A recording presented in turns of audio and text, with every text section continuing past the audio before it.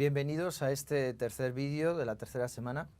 Vamos a comentar el corto que hemos visto o que habéis visto por vuestra cuenta. Espero que nadie comience este vídeo sin haber visto el corto alumbramiento antes, es fundamental y lo tenéis en el enlace anterior. Por tanto, una vez visto este corto y recibida toda esa fuente de información que más o menos entendemos, hemos recibido emociones muy profundas, pero quizás se nos escapan muchas cuestiones del corto, lo que el director está planteándonos, de qué va el documental, ¿no?, que hemos visto. Documental, veremos una palabra en sentido bastante figurado, puesto que sin embargo sí que la sensación que tenemos es de haber sido testigos de un momento histórico del pasado en el que, hay que explicar, los niños nacían en casa y había una comadrona que tenía la habilidad para, con sus manos, realizar las operaciones que ahora se hacen en los hospitales, y una de ellas consistía en atar muy bien ese cordón umbilical para que después se desprendiera y quedara lo más bonito posible, pero a veces los cordeles que se usaban se podían soltar y el riesgo de una hemorragia que acabara con el niño era algo frecuente. Por tanto, esta es una trama que se ha podido escapar si no conocemos el contexto. Pero el niño que está perdiendo sangre, su madre que no se da cuenta, crea una tensión, hemos visto una tensión interna que hace que nosotros estemos pendientes, se despierta, no se despierta, qué está ocurriendo, ¿no?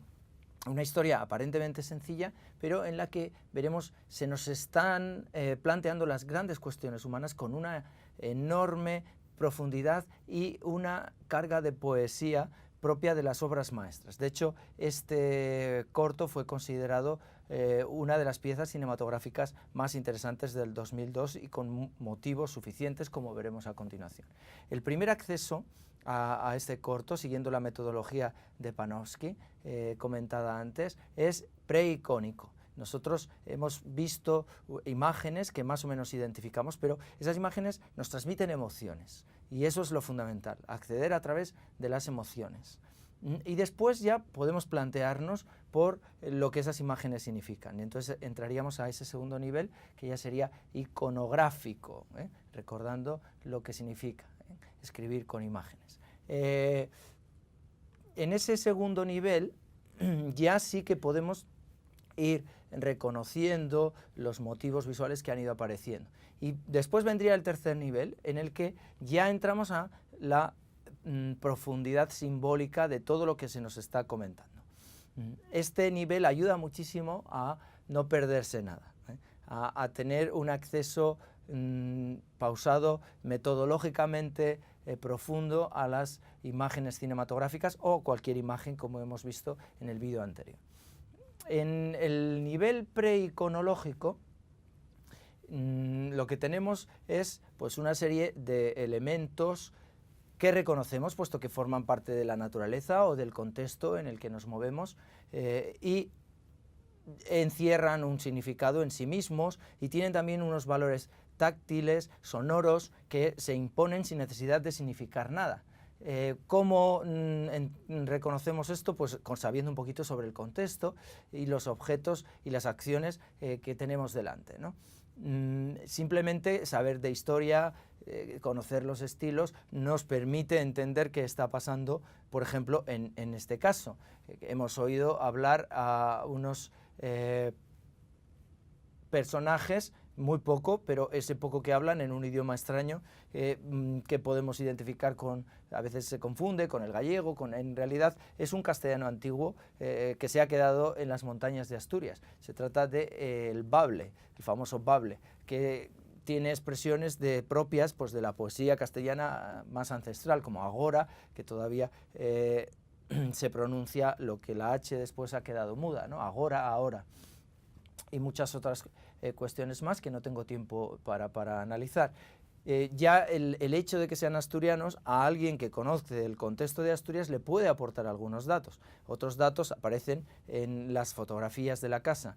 Sale una referencia a Cuba, un coche matriculado en La Habana, y una tienda enorme de comestibles donde hay un dueño claramente y unos empleados. Ese dueño después, la cámara nos señala, es ese señor con bigote que está echando una siesta. Entonces podemos pensar que a lo mejor tiene que ver con los indianos. Lo que en España se conocen como los indianos son los que hicieron fortuna en América y volvieron después y se construyen casas enormes con estilo colonial, con una palmera. Siempre la palmera en todos los pueblos de Asturias está la casa del indiano, el pueblo con todas casitas chiquitas y una casa más grande, con colores que llaman la atención porque no es lo propio de un ambiente lluvioso, sino que viene más del Caribe, y las palmeras.